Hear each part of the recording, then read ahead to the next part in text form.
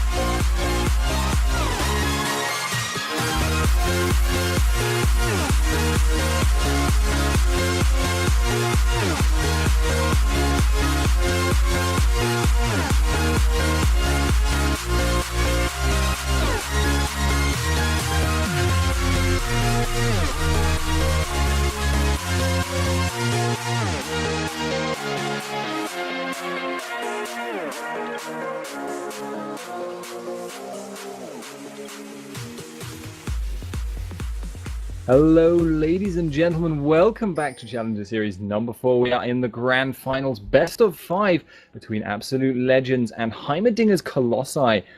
We have actually had one game thus far, and it went to absoluteLegends after an epic comeback. Now, just seeing people fanning out, and I am Spuddington, joined today by the dulcet, I said earlier, but lovely Metal. What a lovely intro. Thank you, Spuddy. Yeah, game number 1. And while it doesn't look like we're going to have anything kicking off, I mean, all 10 players are literally just spread across the map right now. We were going to talk about this in the Champion Select, but then my microphone decided to go ahead and dial on me. What do you think is the impact of the first game on HeimerdingersCollosi? Because they were so far ahead. Do you think they're on tilt right now? Do you think that a challenger team with the experience of these players would be affected much by that? Or do you think they're just going to get on and just be like, okay, well, that was last game, stuff happens, and we'll just move on to this one? I feel like if anyone's going to have experience with dealing with disappointment, and this is going to come out extremely harsh, Dragonborn ex-members would have that. And that comes out very rude, but there's a serious point there in that genuinely coming back from a defeat for a challenger team can actually be really, really hard. If you're a really good team, you don't actually often experience defeat. Teams like British Tea Time recently were on like a massive win streak, like 10 wins in a row, but then they lost one game and they seemed to crumble after that. In the third game, they just honestly played incredibly sloppy. And I feel it was largely because they went on tilt. But the more experienced the player, the more experience they've had in a variety of situations, and that includes in LANs, especially, the more likely they are to kind of cope with that fairly well. So it's not a certainty, but I would say they're probably going to be okay. We will see, obviously, as the game progresses, though. Yeah, so we are going to have fairly standard openings here with nobody opting for the switches. Karthus mid, Elise top, and you're going to have the Caitlyn and Thresh combo at the bot lane for HeimerdingersCollosi. On the flip side, Zack's going to be top, Kha'Zix in the mid, and you are having Varus and Sona at the bottom. Both junglers pretty much just going through here. They both picked up their blue buff, moving on towards the red. In fact, scratch that, Nautilus actually went red first, and now he's moving to his blue buff. So both junglers looking like they could go to top lane after picking up their secondary buff here, Spud. Yeah, I suspect that both junglers will have identified that it's quite a kind of risk factor lane for both of the players in that lane. Obviously, Elise versus Zack is actually going to have a bit of trouble in the early game trying to out-push Zack, because obviously Zack is incredibly sustained, especially in that early game, and against the damage of Elise, he will obviously crumble in time, but the question is whether Elise will run out of mana before that can ever happen. So you're going to see Elise at the moment being pushed back to her tower. She's going to try and prevent it from hitting her tower, obviously using Venomous Bite whenever she can for some extra damage. It's a determined matter because Elise farmed very poorly under a tower, and I suspect you're about to see exactly why that is. She's going to have a bit of trouble here, but obviously Venomous Bite is no cost. But damn it, they're pro players. They're doing such a good job. But it is going to be an interesting lane to watch. But it does look like the junglers have both decided that actually they're not going to go for that and looking for a more sustained clear. Maybe Northwest is going to be trying to hit level 4 before he goes for any serious ganks here. Yeah, so I was thinking, either of the junglers going to go top. Answer is a no. Important, though, that both the top laners do have a pretty decent escape. You've got Elise that can repel away, and obviously the slingshot coming in from the Zack as well. Bot lane doesn't seem to be too much happening down there. Identical CS from both the AD carries, so neither is taking an advantage. Nautilus is picking up the double golem, so he may come in for a gank here afterwards, hiding around the side. The question is he going to go for a lane gank? They have a pink ward down in the lane, so they know there is no vision in here from the team of HeimerdingersCollosi, but they're actually going to be flying in with a lantern. Oh, duking both of the grabs there. Death Sentence and the Dredge line go slightly amiss, but we could have some action in mid here, Spud, with Volley Bear in the bush. Yeah, High Switch is just going to hang around. He actually is now running into the middle. We have got Kha'Zix getting aggressive, but the spikes actually hit the creep, so Lego My Ego not going to be taking any damage from that. Did have to burn his flash, and the same was actually true of both Snipify and Abyss. Those two hooks were actually on target, but both of the players flashed them. So that's actually going to leave them very vulnerable to Malunu, who has been spotted by High Switch. He's heading in towards mid, but he could get counter-ganked here. He's going to get aggressive, but actually now has High Switch on his back. There was a first blood at bot. I wasn't watching. Red buff is on Malunu. A lot of turn and damage. Not really actually a lot of damage. Malunu obviously that shield just a bit too tanky. Yeah, completely understandable he missed the first blood because we had identical kind of situations going down with 2v2s in both bottom and mid at the same time. Mithy will be picking up the first blood on the Thresh. And also important to mention that he burned the Ignite for that first blood with the flash previously with the Nautilus gank. He was trying to make sure that they did land one of those hooks, but not to be the case. At least has gone back to spawn, picks herself up a Doran's Ring and also Boots of Speed. Zac is still just farming away at top right now. Volibear did come down to bot lane, but we're going to be recalling, and we just get into that kind of lull again, Spud, where not a great deal's happening, but very even right from the get-go from both teams. Well, we say nothing's happening, but High Switch is actually at bottom lane. He is, I do think he was actually spotted by the pink horde that was in that brush, which faded out just before he went into the brush. So it won't actually be obvious to anyone who is going to be coming out on top there. The question is whether he can get onto freeze. High Switch does have his flash available, so I'm just going to be keeping a very close eye here. He is actually now looking to recall. He is going in with a Rolling Thunder. Nothing's going to come of it, though. He's just going to back on out. Yeah, I think the problem was that had he have flashed in to try the Rolling Thunder, you have Thresh. He was like just king of pushing your way with the Flay. Like even if the Flay had missed, for some reason Death Sentence could very easily have landed. So it's smart that High Switch didn't try and force the issue and instead just basically went back to save his flash for a potential easier gank. Either way, Nautilus has came to top. Previously, Thresh put down a pink ward, cleared the ward out of Tribush, so he knows he hasn't been spotted. But Snipify and Abyss, their spidey senses are tingling, and they're going to be recalling back to spawn to go and pick some items up. Varus has about 1,800 gold. He's gone and finished off the Bilgewater Cutlass instantly, so Blade of the Ruined King is in his future. And on the AD carry of Caitlyn, she hasn't actually gone back yet, but she has 1,700 gold to her name. Yeah, she's just going to take the opportunity to push out the lane a little bit more. She does, as you say, have 1,800 gold. I wouldn't be surprised if she went for a BF Sword, but also wouldn't be surprised if she went for Blade of the Ruined King. It's going to be interesting, though. BF Sword pickup is going to give her a lot of damage early on in this lane. It's going to make it very, very difficult to deal with. And actually, we do have Elise still continuing to get aggressive on that Zac up top, and it's just proving almost futile. She's just not pushing him out at all. He has obviously come back in with that Negatron and a Null Magic Mantle, so he's now taking even less damage from her, but maybe eventually we'll see something happen. But obviously Zac is just so sustained, and this is probably why his health regen was being nerfed. It's just a little bit impossible to sort of push him out at all, ever, which is a little bit depressing. I got a question to throw to you. Well, we have a fairly slow-paced part. Obviously, if we do get some action, we'll jump into that. But what are the benefits of playing the Kazakhs against a Karthus in mid? Like, how do you see that one going? And how would you evolve the Karthus? Sorry, not the Karthus, the Kazakhs. That's a bit of a tongue twister for me. How would you evolve Kazakhs? Because we've seen in this tournament a couple of Kazakhs players going differently. We saw one maxing out Q first. A lot of Kazakhs players will max out the W first, and they'll go on to, obviously, the jump so they can get the resets and everything else. But how would you personally see this one going down? Well, I'm just keeping an eye on this top lane, so I will cut off very suddenly if that happens. We have got the Elastic Slingshot coming in. We have also got the Toss coming in.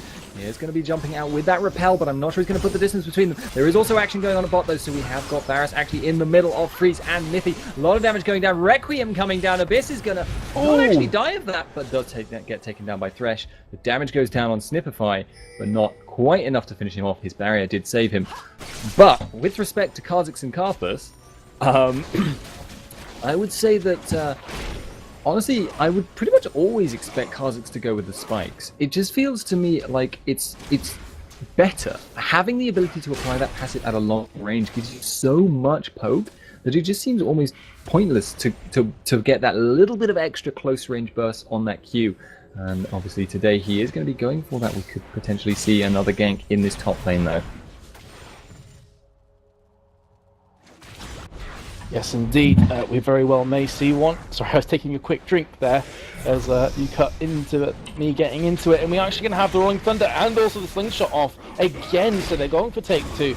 But again, the Immortal Cannon is going to be fine. Burnt the flash last time around. Does fire out the Cocoon. Manages to lock High Switch in place.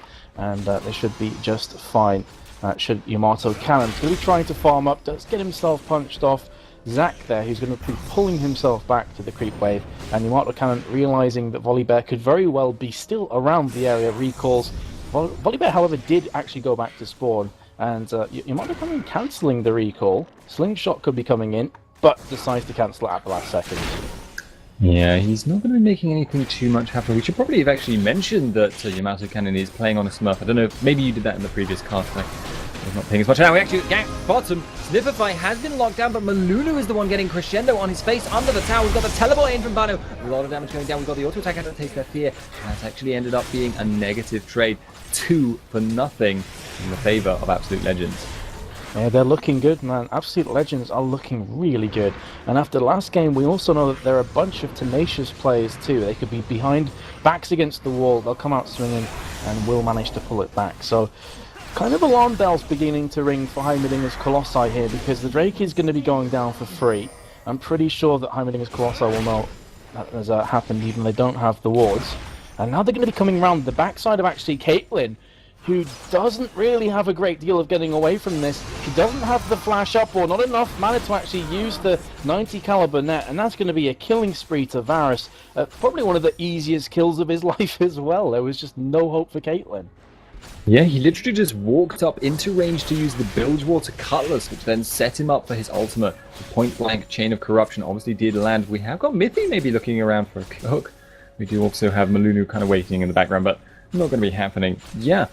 Just really, honestly, a little bit sloppy, I have to say, by Freeze, because it's one of those things where I guess it's almost too obvious. Like, you don't expect people to pull something so kick yourself in the crotch later on, because it was just so obvious. They walked around. Oh, we got a hook though from Mithy. Going to be landing the flay on top of Abyss, and the Ignite has gone down. Auto attack putting some damage down, but Mithy may have overextended himself here. Does put down the shield. Just going to keep him alive, and we've got the Requiem coming in. Kills off Abyss, and actually puts a little bit of damage across the map as well. Lego My Ego just sitting around in mid though. Going to keep on farming. So smart from Abyss. We do have an engage actually at top lane as High Switch and also Adomni are going to be going on towards Yamato Cannon, who does manage to repel himself away, but it's towards the enemy's tower, so he will be going down finally from Zac there. And again, just to go back to the Abyss play, clearly it was preordained. I'm going to Ignite Sona as soon as I land the hook, going to put some damage on her, and then you're going to get a free kill, Lego My Ego, and let's try and get this one going. So I say from Abyss, of course, I mean the other way around. Abyss was the one that died to Mithy, so Mithy, well, a very nice play there and communication from the team. And, you know, Lego My Ego has 140 CS and a kill to his name, so he's had a pretty good start here. He's actually above the CS quota. He's 140 CS after 13 minutes. It's very impressive. That is some seriously high level amounts of CS. Karthus is obviously the king of getting 140 CS in no time at all, but that is exceptional even among Karthus players. He is taking jungle camps to do that, and obviously the little wraiths aren't worth very much, but the big wraith is worth a little bit more. It is just going to mean he's got a lot of gold, and he is also picking up those assists, also picking up those kills on that Requiem. He is going to farm himself into a beast at this rate. 364 stacks on that tier. The Rod of Ages is also actually finished on him, so that'll be building up pretty quickly indeed. He's looking very, very scary, and I do feel like his team may actually need it, because Freeze, at the moment, not looking so good compared to Varus. Oh man, Kha'Zix must have had... I didn't actually notice how much gold that Bano had, but he just went back to the shop. In fact, hold that thought, because they're going to be trying an engage here on towards Lego My Ego. We've been talking him up, but we are going to have Bano going in very aggressively. Here comes Melina with a depth charge though. High Switch is going to be going down courtesy of the tower alongside the damage, but he will be sacrificing himself for Bano, who pulls himself back. He has been caught by the wall though, and will they be trying to follow this up? The answer is a no, but like slamming the coins down in the shop and just straight up buying the Last Whisper and the Merc Treads. He just one-buyed them. So instant power spike for Kha'Zix, but they don't manage to convert that into a kill. Yeah, obviously the tower was the key factor there, and just getting locked up by that Malunu, who I don't know if he was just coincidentally there or was just pushing in for, you know, a counter gank that he was aware would likely be coming, but certainly his positioning was absolutely ideal, caught people out. And then Bano, it felt like he flashed out and was abandoning ship so hard, but actually left High Switch a little bit high and dry. He could have potentially put down a little bit more damage, or maybe even tanked the tower a little bit longer before jumping out. And Odamne putting a bit of damage down up this top lane. We have also got Elise returning fire, have got the Venomous Bite, have got the Skittering Frenzy. Nothing too huge coming out from either of them, and obviously Odamne is just so sustained. He's just keeping on picking up the blobs. It's going to be very difficult to stay alive. Abyss has been ulted actually in that bot lane. Snipify now chasing down Mithy. Gets the Hail of Arrows for the kill, and the ace in the hole was blocked by Snipify. By Snipify's face. Yeah, by his face, but he doesn't mind. He's got basically an iron face. It's just going to bounce right off. And he moves to 4-0 on Varus. That's huge plays after 16 minutes. He's currently got 1,300 gold and a Blade of the Ruined King. Here comes that onto Yamato Cannon. High Switch going around from the backside again. Let's Bounce has been used. Is Yamato Cannon going to fall for the bait? Yes, he is. Going to have to go down very shortly. There we go. Zac will pick up yet another kill. Moves on 2-0. But this bot lane is looking very, very precarious for Freeze because he's 4-0 behind the Varus. Oh, they're actually going to be going on towards Maluno, who pulls himself a bit too far forward, gets caught by the bear. Depth charge has been used here. Ignite's been popped down onto Maluno as well. He gets struck right in the backside. Zac will finish him off, and the passive has been popped. So that's going to be another kill going to Zac for just his passive, and that's also going to spell the end of that top tower. Yeah, that's going to be a really nice pickup for Absolute Legends. At the moment, it's looking very much the reverse of the previous early game. It's just really them taking a lot of leads in a lot of different places. Lego My Ego is actually now potentially in trouble. Kha'Zix is zoning him away from the creeps. He's saying, I really want this farm now. And Mithy comes in from the side. He has actually got that death sentence available, but I don't think he's going to go for it. No. Obviously, Kha'Zix just putting a little bit too much distance between them. Has that got that wings upgrade now? And Freeze is still playing catch-up, honestly. Holy something. I don't want to say the word I was going to. Karthus 195 CS after 17 minutes. He is farming like a boss. And you have to feel that if HeimerdingersCollosi are going to come back into this game, it's going to have to revolve a lot around how Karthus plays. How he positions himself in fights, how he can go together with that combo we talked about in the Champion Select. Drake is going down, but it's how Karthus can utilize his damage alongside the Thresh box is definitely going to be one to watch out for. They've taken a Drake, they move yet further ahead. 4.7k gold advantage. The death sentence has landed, and here's the combo that we were just mentioning before. But, you know, Kha'Zix is a difficult cockroach to keep down. He's got so many escapes, he can turn invisible, he can just jump away from you. Yeah, it's very, very difficult to pin him down indeed. And it's going to be an interesting question actually right now. What Maluno is going to go for. He is actually aware he's been warded, I suspect. And he's just backing on out. But like you said, Karthus is indeed farming extremely well right now. 205 18 minutes. That's, you know, that's some seriously Alex-ish Froggen kind of levels of farming the heck out of the lane. But he's actually not too far ahead of Kha'Zix right now. Only about, well, actually 30 CS is quite significant, but he isn't actually completely miles ahead, and Kha'Zix is still going to be a very relevant threat. Plus, Karthus is going to have to make up for Freeze. He is seriously lacking in damage right now. He's even gone for that Bloodthirster first on that Caitlyn there, so that's actually going to mean his damage, compared to what it could be, is going to be low, honestly. Bloodthirster first is generally for if you're snowballing ahead, or if you're thinking you're going to have to do a lot of work to keep yourself alive. That lifesteal can keep you sustained in fights and between fights, which is super nice to have if you think you're going to be focused. But I kind of wonder whether Caitlyn maybe should have gone for that Infinity Edge, maybe that Blade of the Ruined King, to just be a little bit more of a threat. And indeed, we don't have a fight actually happening, but we do potentially have one started. We have got Odamne going over the wall. We have got the Wall of Pain actually in the wrong place, and now Odamne goes through it, but doesn't look like him gonna... That death sentence nearly hit, but not quite. And we have actually got Maluno coming around the side. Nothing gonna come of it though. Bano is still pushing bot. Yeah, Zac needs to be careful here because he is kind of separated off from the rest of his team, but he's going to be pulling himself away. 3 players strong, minus of course the Kha'Zix who's at bot lane. Another death sentence comes out, doesn't manage to connect. But yeah, you made a very good point before that even though Karthus is looking like a complete boss right now on farming wise, he's actually slightly ahead of Kazakhs, and the reason why I paused there is because it's like 100 gold, and that's going to be because obviously Absolute Legends got the Drake before, and they have the 2 towers. So there's a lot of global gold going against Karthus in this kind of exchange between him and Kazakhs. So that's one of the reasons why he's not so far ahead. But he has picked up the Seraph's Embrace. Very good item on Karthus alongside the Rod of Ages, so he is going to be very scary. But as you say, he's going to have to help along this Caitlyn, who is falling a long, long way behind Varus. And now it's even getting to a point where Freeze doesn't have anywhere safe to farm. He can't actually 1v1 Bano, and he can't actually 1v1 Odamne either. He would risk being killed by either of those, even farming on the tower, I think, against Bano, who obviously has a lot of damage right now. And that's going to mean that he's actually going to fall even further behind the longer he goes without having a safe place to farm.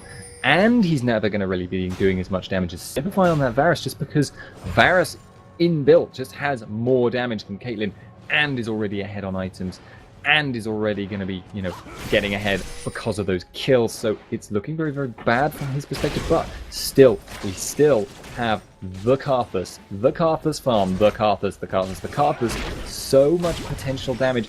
But at the moment, he's having a lot of trouble actually getting into the right position. They're not finding the fights where Karthus gets into the middle with that Defile on, where you get the box on top of that to keep people in the Defile. And obviously, we don't know for certain that fight isn't going to occur, but the longer it goes on, the more I feel like there's a chance that they're just going to get split pushed in by Odamne and split pushed in by Bano. Very, very risky there, but Twitch is just pushing in this mid lane. Yeah, we have Caitlyn, you know, as you were saying before, doesn't really have a very safe lane to farm. Fortunately from her, the lane did eventually push towards her tower, went up there, picked up a few CS, and got some all-important gold in the back pocket. You do have a Mana Moon finished on Kazakhs, has been for a while, has 612 stacks, so pretty close to finishing off the Muramana. In the meantime, Kazakhs is being chased down by both Elise and Mithy, but he's going to be just fine. In fact, even evolving his... what did he just evolve there? I think it may have been his Q. So, we were talking before about the evolution and where you'd go. In fact, hold for a second, because I saw an ace in the hole being popped down onto Snipify. Wasn't actually blocked from Volibear there. So a bit of a minor inconvenience for him, but not going to be that much of a problem. So yeah, we're not going to have the Void Assault being evolved. Instead, it's going to be the Leap, the Void Spikes, and also his Q. So is that what you go along with? Because of course the Q does do a nice chunk of damage, but you get 3 stacks of the invisibility if you evolve R. You also get some damage reduction while you're invisible, which can actually be timed extremely nicely. If you can, for instance, use it as if it were like a Zhonya's effect, obviously it won't block the damage completely, but getting a 40% reduction can completely save your life in certain situations, you know, Requiem being one of them. But it does look to me like Bano is just intending to split push bottom indefinitely. The reason primarily that people will intend to go R for that evolution point is because it's going to keep them alive in a long drawn out team fight. It's going to keep them from, you know, having that just being focused out. It's going to give them more procs on that hidden passive. So if he's just split pushing bottom, if he's just in a one-on-one where he's just looking to try and burst someone down in a duel, that's not going to be nearly so much of an issue.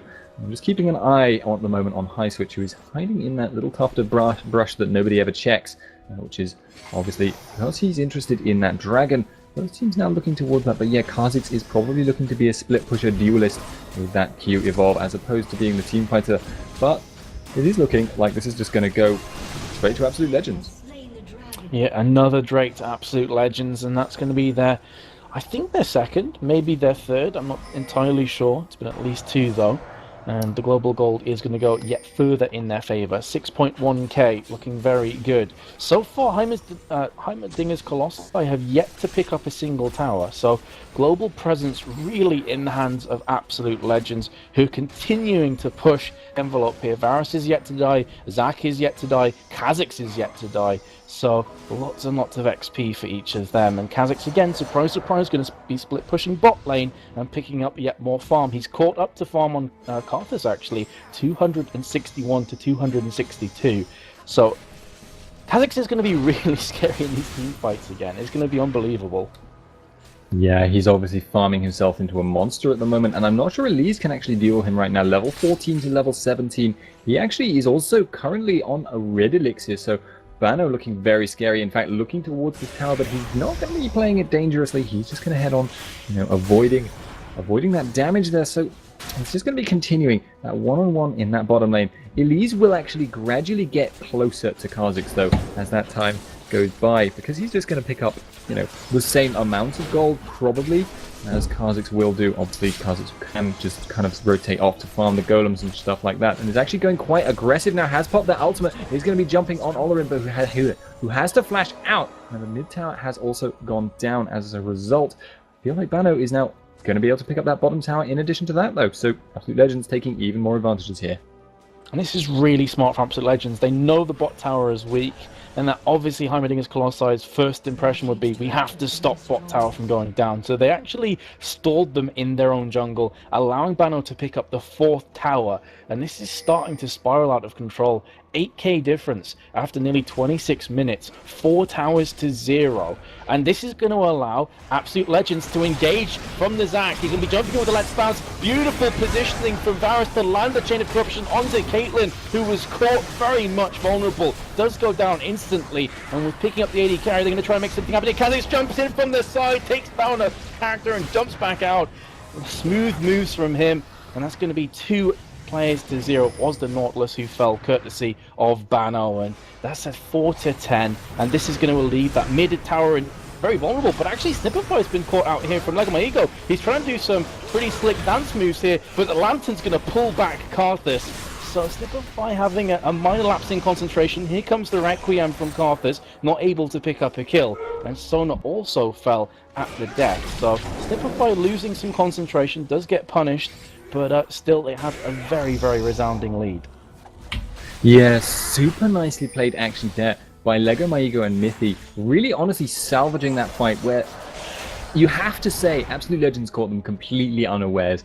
I mean, Freeze was taken out of the fight before he did anything. Karthus was unable to get into the position to do some damage. And obviously then you had that snipe by Kha'Zix pulling in another kill at the end when Malunu kind of jumped in and then said, oh, actually, maybe not. Flashed out. Kha'Zix picked him off. Super nicely done. But then obviously a reclaim of 2 kills, I think, by Lego My Ego with a combination of his, you know, lay wastes and with his Requiem. And then obviously the Mythy save was incredibly nice. So they are actually going to be able to take a tower in response to that, and Freeze is still getting a little bit more farm at the moment. He has been able to pick up some jungle camps safely because he knows that the rest of Absolute Legends are not there. It is a question though right now, are Absolute Legends going to look to force this Baron, because I feel they may suspect that Lego My Ego, having picked up all that gold, will have gone back. And of course with no vision, it might be a little bit of a risky play, but I wouldn't be surprised to see them try and clear it out. Abyss does have some pink wards. Yeah, and you have Lego My Ego. In fact, 1 second, because I thought maybe, just maybe, HeimerdingersCollosi were going to try something slick towards Baron, but not going to be the case. They pull themselves back. He's actually picked up a Seeker's Arm Guard and a Needlessly Large Rod, so that would indicate to me it's going to be Zhonya's Hourglass, probably the next pickup. So clearly Lego My Ego is feeling a certain amount of pressure. He's like, okay, well, I'm by and large the majority of our damage. Caitlyn only has a Bloodthirster and a Last Whisper, doesn't even have a Zeal or a Phantom Dancer to back that up, so her attack speed's not going to be anything too good right now, and we are nearly 30 minutes through the game, so I think Karthus is probably feeling the pinch right now. He's finished off the Zhonya's Hourglass. That, of course, is going to give him a lot more survivability. He's going to be able to get in the faces of the enemy team. So, again, there is the potential that we're going to have a comeback in Game 2. But Absolute Legends, being in that position last game, I think they're going to be more cautious than HeimerdingersCollosi, because they saw what happened last time. Don't think they're going to fall for the same kind of tricks. No, although, as I've said before, we are playing League of Throws. It is always possible to throw with just one really bad team fight. You never quite know, of course, and at the moment I think there's a very low chance of there being a particularly good fight for HeimerdingersCollosi, because they actually have very little vision control. You can see Kha'Zix wandering around the enemy jungle, there's only one ward there, and actually, you know, as far as they know right now, Kha'Zix could be at the Wraith Pit about to jump over onto Freeze. It's that kind of risk which is going to make it very difficult for them to get aggressive. I think they just intend right now to turtle it out. They aren't going to look to make plays. They're still not far enough behind that they could be dived at a tower, and Caitlyn will eventually reach a point where she's doing quite a bit of damage in addition to that Karthus. Varus is already doing tons of damage. He is not really going to be getting to be more of a huge threat. I mean, he will, but he's only really probably going to be picking up a defensive item. And we are actually now seeing a potential dragon pick up here. That's going to be, you know, salving some of the wounds they're having with that gold difference between the two teams. Actually, High Switch in response is going to be starting up that Baron. They have got Varus in the area. He's not going to be going for this, though. They look like they are a little bit too close, and obviously that means no Baron for you and losing that dragon. That being said, Bano is going to be pushing down that bottom lane. I am just curious if anyone is going to start a fight now. Oh, Duhamel is actually going to be going in. He is going to be putting down the unstable matter. We've got Mithy now getting very, very low. Chunk down. Oracles is on him, so if he goes down, that's going to be bad. Lego, my ego is here, zoning out 3 here, but I don't think they've got the damage. Vano teleports in. Freeze was not there. Malunu is going to go down any second now. Superly nicely done, but Lego, my ego is actually going to be able to get that Requiem. Should be enough to kill Snippified, but I wouldn't bet on them actually being able to prevent this Baron here with only Elise and Caitlyn available. Yeah, I was just about to say that Bano's teleport is up, so he did pop that to get into contention for the fight. They're going to be turning on towards the Immortal Cannon here. He's just trying to stall off the Baron, doing a nice job, picks up the kill on towards Sona, does fall himself though. Now going to be jumping on towards Caitlyn. Look at the damage from Kha'Zix. Bano is very, very hungry to taste the fear of Caitlyn. Going to be jumping in with the Void Spikes again, but doesn't manage to pick up the kill. Going to be going in for the 3rd time. Will finally get that one down and pick off the tower as well. So not going to bother with the Baron right now, realizing they are pretty low, but they will take down the tower instead. Having said that though, they could potentially go for the Baron afterwards, but I'm not sure what their plan's going to be. They're going to recall. They're not going to brave it. They're not going to risk it. Yeah, well, they hadn't seen Malunu yet, and Malunu obviously did head to that bot lane. So maybe if they'd seen that, they would have gone for it, but I doubt it. They just didn't want to really risk it. They have no real reason to at the moment. They are a long way ahead, and they are still taking advantages, so they don't have to force it. The onus on them is kind of just, well, maybe something important will happen in a bit. At the moment, we're okay with just, you know, recalling, getting our health back, and obviously now getting that Guardian Angel on Kha'Zix, which is going to look so scary with that Cleaver, with that Mirror Mana and that Last Whisper. He is very, very dangerous right now. Interestingly enough, though, they didn't, I don't know if I've got a bug, but they didn't pick up the top tower. It's on 18 health. So they didn't pick up any of the globals. They're going back towards Baron now, though. So they're going to try and finish this one off. This really is sink or swim moment. Nautilus isn't even close though. Zac jumping out to try to engage. He stalls them off long enough that Volibear will pick up the Baron. Cocoon lands on towards Zac. So probably not going to have an engage afterwards, but that was a free Baron. Here comes Zac again, jumping in. Doesn't manage to land the strike.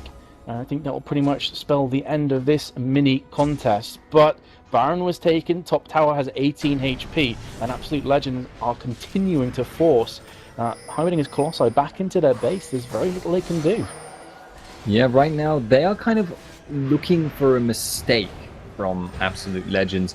You know, if they could catch someone out here in this jungle fight that looks like it might happen, they might be able to get something done. But Bano is in the area. That teleport is not available. We have actually got the Caitlyn trap revealing High Switch. Both sides going to back on out. Right now, though, the Baron buff and the gold advantage, it's looking actually like Absolute Legends could get to the point of starting to dive inhibitor turrets 5-on-5. Oh, Darmney is coming in that mid lane. He has landed the stretching strike, but he's not going to follow it up. In the end, it's looking, as I say, very, very bad at the moment. I'm still not 100% certain if they're going to be willing to risk that, dive, but they are going to be willing to risk Bano, who's just going to be continuing to split push bot, and I don't think anyone right now can actually duel him. On the opposing team. It's so hard to kill him as well, especially with the Guardian's Angel. He's going to have, of course, the 2 stacks of the Void Assault. He's going to have the leap, and then even if you do manage to somehow, some way kill him without having your face rolled off, he's going to pop back up again and go for round 2. So I don't think anyone wants to go toe-to-toe with him. They're going to be just praying that he doesn't continue to pressure the bot lane and see if they can pick something off. But with a Baroned up team, here comes Zac. He's going to be engaging more than likely, or is he? Yeah, he's going to be a tease. He's not going to jump in there, but I thought he was going to go for it. Either way, you do have Kha'Zix coming around from the side. Nautilus is being harassed very much. Chain of Corruption has landed. Box has been used there. Maluna will not be going down just yet, but good guy Mithy sacrifices himself for his team. However, has he managed to save the tower? Well, the answer for now is a yes, but Bano is still lurking. Yeah, Bano has easily enough damage to give freeze from 100% health to 0, and that is a very scary thing. We have actually got Olorin trying to put some damage on him, but not going to be able to do any lasting damage there. I think Bano will actually look to get aggressive if he can catch them out. We have got Odamno coming in. Olorin just going to be backing out, though. As I say, we actually have got the catch, though. Hail of Arrows is going to slow them down enough. Crescendo comes down. Maluna going very, very low. We have now got the dive in. Lego My Ego gets instantly blown up. And now it looks like they're going to back out. High Switch is probably going to go down to this Requiem. Actually, Mikhail's Crucible on that Sona going to be keeping him alive. Not going to be a huge issue after all. And the tower is just going to be pressured now. They are putting down damage. Auto attack. And we have got the dive in. We have got Freeze getting blown up. We've got the Let's Bounce. We've got everything here. Mithy is going low. Ignite is on him. He's got Unstable Matter killing him. Now we have Bano looking for the kill on Malunu. Malunu goes down. And now we have the GG well played and the inhib. I think I even saw a kitchen sink bounce off Bluno's head there. That was absolutely everything being thrown in his direction. That's a 5-0 exchange. That's the Nexus Towers going down, and it will be game number 2 falling in the hands of absolute legends. Wow, Spud, this has been a turnaround game. First, well, 3/4 of game number 1 looked like it was a certainty that HeimerdingersCollosi were going to get the pain train on the rails, but it's been anything but that. And now it's match point. If Absolute Legends win one of the next 3 games, they win the Grand Finals. Yeah, they are looking very, very strong right now. Obviously, though, there is a risk with all these things, you know, psychological advantages, hubris, all these kind of things can cause turnarounds. And we did obviously see that Heimerdingers do have the potential to win games.